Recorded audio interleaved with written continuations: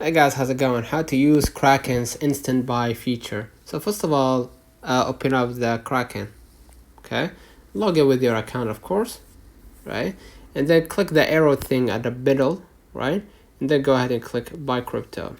Let's have an example. I want to buy a Ripple, right? And as you can see right here, buy at the current price, right? Which is the instant buying, right? And you can just go ahead and select the amount of money that you want to deposit. Let's have an example, 250, right?